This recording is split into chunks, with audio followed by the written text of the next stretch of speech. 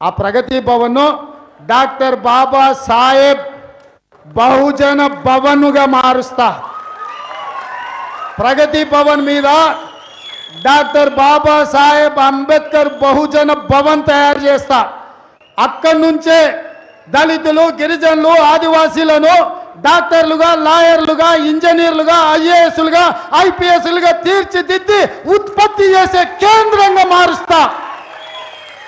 దళిత, ఆదివాసీ, గిరిజనుల నుంచి డాక్టర్లను, లాయర్లను, ఇంజనీర్లను, ఐఏఎస్లను, ఐపీఎస్లను ఉత్పత్తి చేసే కేంద్రంగా, కర్మాగారంగా మారుస్తా.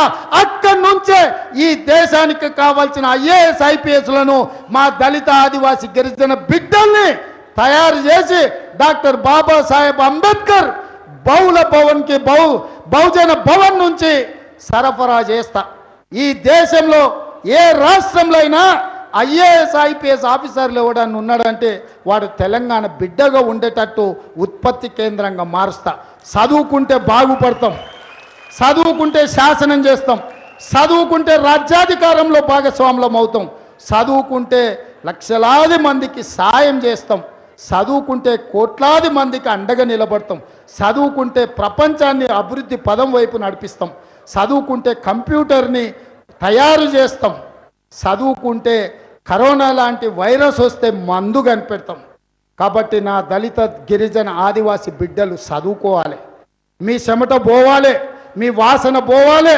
మీ కుటుంబాలు, మీ ఇంట్లో మిమ్మల్ని చూస్తే దూరంగా పోయేటోళ్ళు ఒక్కసారి దళితులు మమ్మల్ని పలకరిస్తే బాగుండు, వాళ్ళ ఇంటికి పిలిస్తే బాగుండు, వాళ్ళ ఇంట్లో కూర్చొని పుట్టాడు బువ్వ తింటే మా జన్మ ధన్యమైంది అనుకునేటట్టు అభివృద్ధి పదం వైపు నడిపించడానికి పాటుపడుతుంది కాంగ్రెస్ పార్టీ.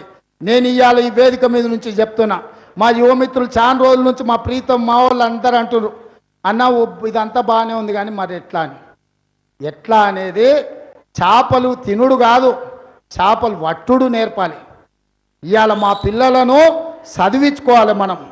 ఇవాళ కేసీఆర్ ఉద్దేశపూర్వకంగానే ప్రాథమిక పాఠశాలలు మూసిండు, ప్రాథమిక ఉన్నత పాఠశాలలు మూసిండు, జూనియర్ కాలేజీలు మూసిండు, డిగ్రీ కాలేజీలు మూసిండు. ఇదే ఊర్లో డిగ్రీ కాలేజ్ కోసం మా పిల్లలు రోడ్డుకు అడ్డం పడి అడిగారు, డిగ్రీ కాలేజీలు ఇయ్యలే, ఫీజు రియంబర్స్మెంట్ ఎత్తేసిండు.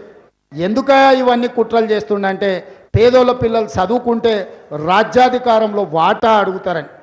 కాబట్టి ఇవాళ రాజ్యాధికారంలో ఎవడో మీకిచ్చుడు కాదు, మీ హక్కులు మీ చేతులు ఉండాలి. మీ అద్దంకి దయాకర్ గొప్పడు కావాలి, మీ సీతక్క మీకు సంతకం పెట్టి ఇచ్చగలిగిన చేతికి రావాలి, మీ బలరాం నాయక్ మీకు శాసనం తయారు చేయాలి. ఈ శాసనాలు ఎట్లుండాలో మా దామన్న ఎస్సీ ఎస్టీ సప్లాన్ ఒక్క కలం పోటీతోని చట్టబద్ధత చేసిండు. చదువుకున్న బిడ్డే కాబట్టి ఇవాళ వాళ్ళ నాయన చదువుకున్నాడు, మంత్రి అయింది కాబట్టి దామన్నను హెచ్పిఎస్ స్కూల్లో చదివిస్తే మా నాయన ఊర్లో వ్యవసాయం చేసి నేను జెడ్పిహెచ్ఎస్లో చదువుకున్నా. దామన్న తండ్రి దామన్నను హెచ్పిఎస్లో చదివించిండు కాబట్టి తరతరాల దళిత బిడ్డల్ని బాగు చేయడానికి ఎస్సీ ఎస్టీ సప్లాన్ తీసుకొచ్చిండు దామన్న.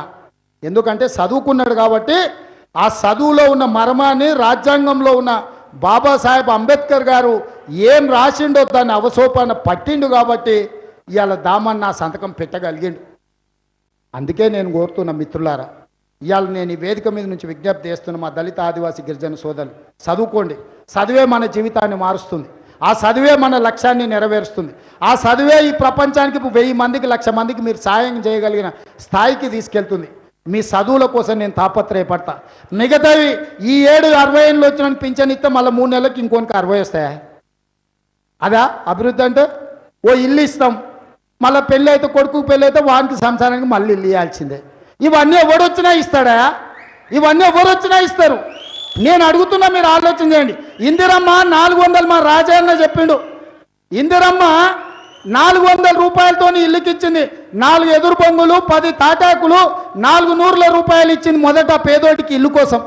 తర్వాత 800లకు పెంచింది, తర్వాత 1000 రూపాయలు అయింది, తర్వాత 4000 అయింది, తర్వాత 8000 అయింది, తర్వాత 20,000 అయింది, తర్వాత 40,000 అయింది, తర్వాత 1,20,000 అయింది. అయినా మన పేదరికం పోలే. అసైన్మెంట్ భూములు ఇచ్చినాం, భూములు పిల్లలు వచ్చినా కొద్దిగా అవి మళ్ళీ గుంటలలో మారింది, అయినా మన జీవితాలు మారలే. దీనికంతా పరిష్కారం ప్రపంచమే ఒక ఊరైంది. చదువుకుంటే మన ఊర్లోనే, మన మండలంలోనే, మన జిల్లాలోనే కాదు, ప్రపంచంలో ఎక్కడికి పోయి అయినా శాసించవచ్చు. విప్రో ఇన్ఫోసిస్కి ఇవాళ నాదెండ్ల, ఆయన ఎవరో నాదెండ్ల, ఏందైన పేరు, సత్యానాదెండ్ల, విప్రోకో ఇన్ఫోసిస్కో CEO అయిండు. ఎందుకైండే? చదువుకుంటే అయిండు. అదే మన ప్రవీణ్ కుమార్ IPS అయిండు. ఎందుకైండే? చదువుకుంటే అయిండు. మరి మనం చదువుకోకపోతే అవుతామా? కాబట్టి ఇవాళ బడ్జెట్లో అత్యధిక ప్రాధాన్యత, నేను ఈరోజు ఈ వేదిక మీద చెప్తున్న, కాంగ్రెస్ పార్టీలో ఎవరైనా ముఖ్యమంత్రి కావచ్చు, కాంగ్రెస్ పార్టీ అధికారంలోకి వచ్చిన మొదటి సంతకం ఈ దళిత గిరిజన ఆదివాసీ బిడ్డల చదువు కోసం ప్రత్యేకమైన బడ్జెట్ పెట్టి మీ బంగారు భవిష్యత్తు కోసం మీరు శాసనాలు చేసేటట్ల, మీరు రాజ్యం ఏలేటట్ల, రాజ్యాధికారం కోసం మీరు ఎవరి ముందల్లో చేతులు దాచి అడుక్కోవాల్సిన పని లేదు.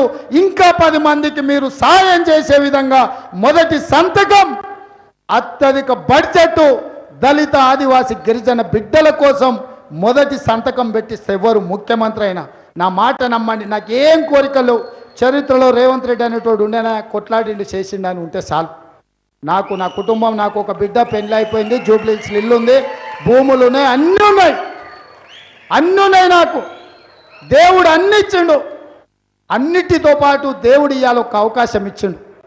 దేవుడు ఆశీర్వదించింది, సోనియమ్మ నిర్ణయం తీసుకుంది, రాహుల్ గాంధీ గారు అండగా నిలబడ్డారు, కాంగ్రెస్ పార్టీ అధ్యక్షుడు. ఆయన ఇంతకంటే ఒక మనిషికి ఏం కావాలన్నా, ఇంతకంటే ఏం కావాలా? దేవుడితో పాటు సోనియమ్మ, రాహుల్ గాంధీ అండగా నిలబడి కాంగ్రెస్ పార్టీ అధ్యక్షుడిగా నాకు ఒక పెద్ద అవకాశం వచ్చింది. ముఖ్యమంత్రి ఎవరైనా కూడా పార్టీ పరంగా అధ్యక్షుడే 1. మా దామన్న చెప్పాలి, ముఖ్యమంత్రులు ఎవరైనా పార్టీ పరంగా అధ్యక్షుడే 1 కదన్నా. సో పార్టీ అధ్యక్షుడిగా నేను ఈ వేదిక మీద నుంచి చెప్తున్నా, మా దామన్న, మా బలరామన్న మద్దతుతోటి దళిత ఆదివాసీ గిరిజనుల విద్య కోసం అత్యధికంగా బడ్జెట్ పెట్టిస్తా. అక్కడ ఏదైతే ప్రగతి భవన్ అని విలాసవంతమైన జీవితం గడుపుతుండో కేసీఆర్, దాని పేరు మారుస్తా, డాక్టర్ బాబాసాహెబ్ అంబేద్కర్ బహుజన భవన్ కింద మారుస్తా. అక్కడి నుంచే డాక్టర్లు, లాయర్లు, ఇంజనీర్లు, IASలు, IPSలుగా మన బిడ్డల్ని తయారు చేసి ఈ దేశానికి, ప్రపంచానికి ఎగుమతి చేసే నిర్ణయం తీసుకుంటాను తెలియజేస్తూ మీ అందరి దగ్గర సెలవు తీసుకుంటున్నా.